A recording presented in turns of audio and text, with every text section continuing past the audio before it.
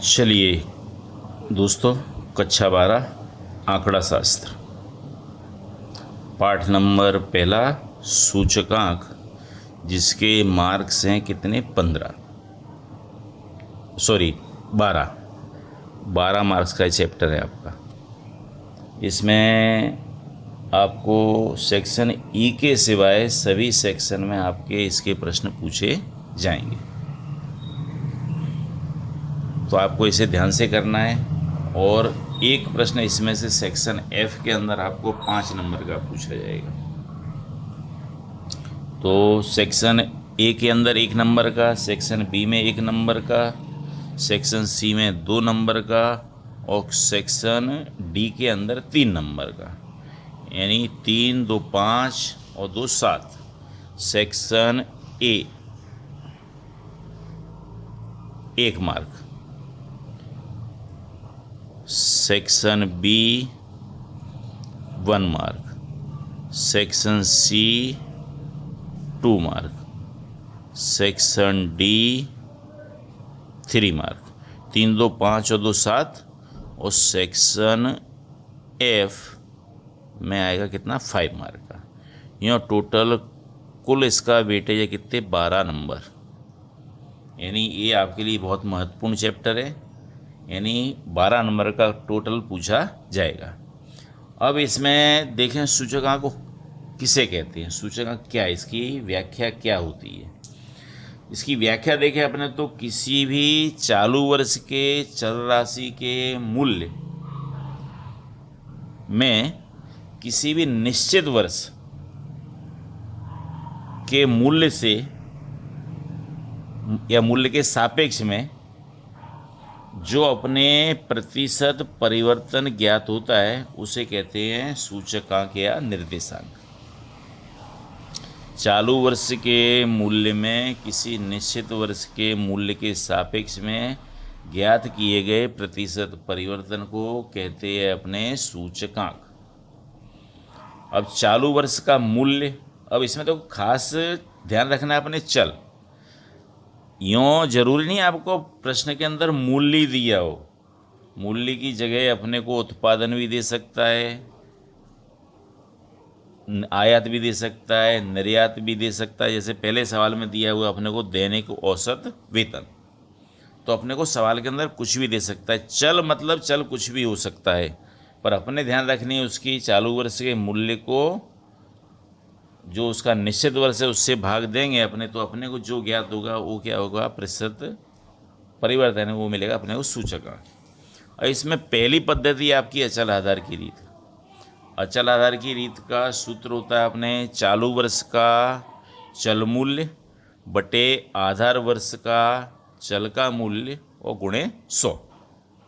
Short में कहें तो मूल्य को अपने कहते हैं प्राइस, और 1 मीन्स होता है चालू, यानी P1 अपॉन P0 इंटू 100। अब देखो सवाल के अंदर आधार वर्ष के लिए खास ध्यान में रखना है आपने को। यदि सवाल में अपने को कोई भी सूचना ना दी हो तो प्रथम वर्ष को अपने आधार वर्ष का सूचकांक मानेंगे। यदि सूचना दी हो तो उसके मूल्य को आधार वर्ष मानो। यदि 2 वर्ष या 3 वर्ष की औसत की सूचना दी हो तो अपने उन वर्षों के मूल्य को जोड़कर वर्षों से भाग देकर औसत ज्ञात करेंगे। जैसे मान लो अपने को दिया 2 वर्ष, तो 2 वर्ष के जो मूल्य हैं उनको जोड़कर 2 से भाग देंगे तो अपने क्या मिलेगा? उसका औसत मूल्य मिलेगा। तो ये अपने पद्धति पहली अपनी अचल आधार की रीत।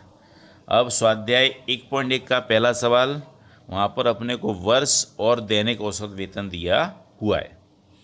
वर्ष दिया है कितना? 2008 से लेकर 2015 तक।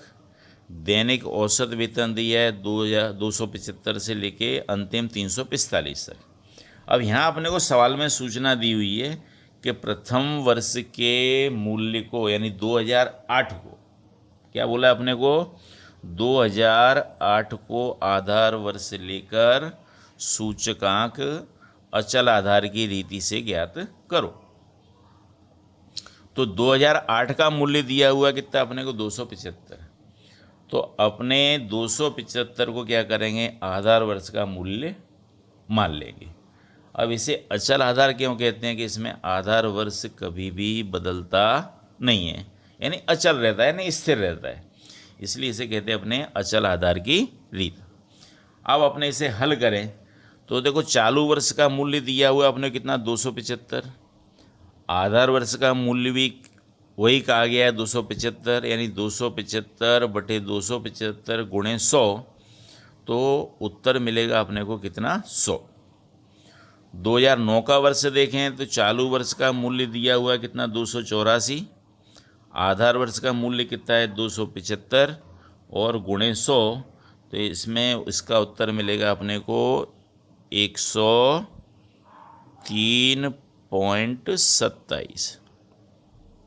उसके बाद 2010 का चालू वर्ष का मूल्य दिया कितना 289, आधार वर्ष का मूल्य कितना है 275 और गुणे 100, तो इसका अपने को मूल्य मिलेगा 105.09। 2011 का मूल्य दिया 293, आधार वर्ष का मूल्य 275 और गुणे 100, इसमें अपने भाग देंगे तो इसकी कीमत मिलती है अपने को 106.55।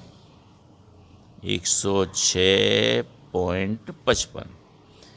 तीसरा देखें तो 2012 का मूल्य दिया 297, आधार वर्ष का मूल्य कितना है 275 और गुणे 100, और इसका उत्तर अपने ज्ञात करें तो ये मिलेगा अपने को 108। 108। फिर 2013 के अंदर देखें तो चालू वर्ष का मूल्य दिया 313, आधार वर्ष का मूल्य कितना है 275 और गुणे 100 करेंगे तो इसका उत्तर मिलेगा अपने को 113.82। 113.82। 2014 में देखें तो चालू वर्ष का मूल्य 328, आधार वर्ष का मूल्य 275 और गुणे 100, तो इसका मूल्य मिलेगा अपने को 119.27, यानी 119.27। उसके बाद अपने अंतिम वर्ष 2015, उसका चालू वर्ष का मूल्य 345, आधार वर्ष का मूल्य कितना 275 और गुणे 100, तो इसका उत्तर मिलेगा अपने को 125.45। तो ये अपना पहला सवाल हुआ, कौन सा, अचल आधार की रीत। इसी में दूसरा पूछा गया है अपने को कि परंपरित आधार की रीति से सूचकांक ज्ञात करो। तो परंपरित के सूत्र में थोड़ा सा परिवर्तन है, इसमें आधार वर्ष स्थिर रहता है, परंपरित के अंदर आधार वर्ष बदलता रहता है। तो उसमें दिया उसका सूत्र होता है अपने चालू वर्ष का चल का मूल्य बटे गत वर्ष का चल का मूल्य गुणे 100। गत वर्ष, पहले वर्ष के लिए अपने पास में गत वर्ष होगा नहीं, तो उसी मूल्य को अपने गत वर्ष का मूल्य मानेंगे। तो उसमें अपने देखें, इसमें पहले का उत्तर समान ही आएगा कि चालू वर्ष का मूल्य भी 275 है, आधार वर्ष का मूल्य भी 275 है, गुणे 100, तो इसका उत्तर मिलेगा कितना अपने को 100। दूसरे वर्ष का उत्तर भी लगभग अपने को समान ही मिलेगा, क्यों चालू वर्ष का मूल्य कितना 284, आधार वर्ष का मूल्य 275, यानी इसका आंसर आएगा अपना 103.27। अब तीसरे वर्ष से उत्तर के अंदर परिवर्तन देखने को मिलेगा। अब यहाँ पर चालू वर्ष का मूल्य दिया कितना 289, आधार वर्ष का मूल्य कितना है अपने पास में 284। सूत्र क्या है, गत वर्ष का मूल्य, तो 2010 के अंदर गत वर्ष का मूल्य कितना लेंगे 284, तो 289 के अंदर 284 का अपने भाग दें तो इसका उत्तर मिलेगा अपने को 101.76, यानी 101.76।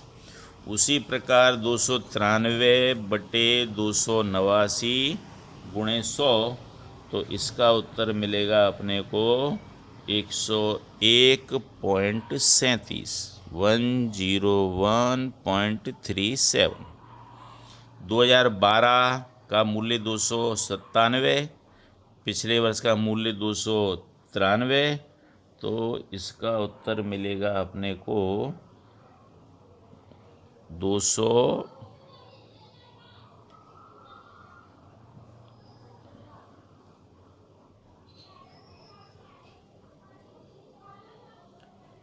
इसका उत्तर आता है 101.38, और इसका उत्तर मिलेगा अपने को 101.37। तीसरा वर्ष, अगला वर्ष 2013 का मूल्य कितना है 313, गत वर्ष का मूल्य कितना है 297 और गुणे 100, तो इसका मूल्य मिलता है अपने को 105.39, 105.39। अगला वर्ष है, उसका चालू वर्ष का मूल्य कितना है 328, और अपने गत वर्ष का मूल्य कितना 313 और गुणे 100, तो इसका उत्तर मिलेगा अपने को 104.79। और अंतिम वर्ष में चालू वर्ष का मूल्य कितना 345, गत वर्ष का मूल्य 313, गत वर्ष का मूल्य 328, 345/328 और गुणे 100, तो इसका उत्तर मिलेगा अपने को 105.18। ये हुई अपनी कौन सी परंपरित आधार की रीत। और तीसरी पद्धति अपने को पूछी गई है इसके अंदर औसत वेतन की रीत। तो यहाँ अपने को सवाल में सूचना दी हुई है कि 3 वर्षों के मूल्य को, 3 वर्षों की औसत को अपने लेकर, आधार वर्ष से लेकर उसकी मूल्य ज्ञात करने हैं। तो 3 वर्षों की औसत, अर्थात अब वर्ष दिए अपने कौन से 2011 से लेकर 2013, तो 2011 का मूल्य कितना है 293, 2012 का मूल्य कितना है 297 और 2013 का मूल्य कितना है 313। इन तीनों, अब 3 वर्ष हैं तो 3 से भाग देने का, 2 वर्षों तो 2 से भाग देने का, 4 वर्षों तो 4 से भाग देने का। तो यहाँ अपने तीनों को जोड़ के 3 से भाग दें तो उत्तर मिलता है अपने को कितना 301, यानी सभी के बटे में या आधार में कितना लेंगे अपने 301। तो पहले वर्ष का अपने उत्तर देखें इसका, तो चालू वर्ष का मूल्य कितना है 275, आधार वर्ष का मूल्य फिक्स है अपना, स्थायी हो गया 301, तो और गुणे 100, तो उसका उत्तर मिलेगा अपने को 91.36, 91.36। उसी प्रकार दूसरे वर्ष कितना है, चालू वर्ष का मूल्य 284, इसमें प्रत्येक के बटे में कितना लेंगे 301, यानी सभी में अपने 301 से भाग देंगे। तो इनके उत्तर क्रमशः अपने को मिलते जाएंगे कितने 94.35, उसके पश्चात 96.01, उसके पश्चात 293/301 यानी 97.34, उसके बाद 297/301 यानी उत्तर आएगा इसका 98.67, 98.67। फिर है चालू वर्ष का मूल्य 313, आधार वर्ष का मूल्य 301, तो इसका उत्तर मिलेगा अपने को 103.99, 3.99। और 2014 का मूल्य दिया 328, आधार वर्ष का मूल्य कितना 301 और गुणे 100, तो इसका उत्तर मिलेगा अपने को 108.97, 108.97। और अंतिम वर्ष चालू वर्ष का मूल्य 345, आधार वर्ष के औसत का मूल्य कितना 301, तो इसका उत्तर मिलता है अपने को 114.62, 114.62। तो ये अपना सवाल नंबर पहला। दूसरा जो सवाल है वो भी इसी प्रकार का है, उसे आपको होमवर्क में करना है। उसके बाद अपने सवाल देखेंगे अगले वीडियो के अंदर, जहाँ पर यहाँ क्या है देखो, वस्तु भी एक थी और वर्ष भी अलग अलग थी। और अगला जो सवाल है तीसरा अपने अंदर, उसमें वस्तुएं अपने को एक से अधिक दी हुई हैं, एक से अधिक दी हुई हैं और वर्ष भी उसमें एक से अधिक है। यहाँ वस्तु एक है, खाली वर्ष एक से अधिक हैं, परंतु तीसरे सवाल के अंदर क्या है कि वस्तुएं भी अलग अलग हैं, यानी एक से अधिक हैं और वर्ष भी एक से अधिक हैं। तो उसके अंदर भी अपने अचल आधार और पारंपरिक आधार की रीत से कैसे हल करेंगे उसे अपने देखेंगे अगले वीडियो में। यदि कहीं प्रश्न में कोई तकलीफ़ हो तो आप व्हाट्सएप पे मेरे पर्सनल नंबर पे आप उसे मैसेज कर सकते हैं। धन्यवाद।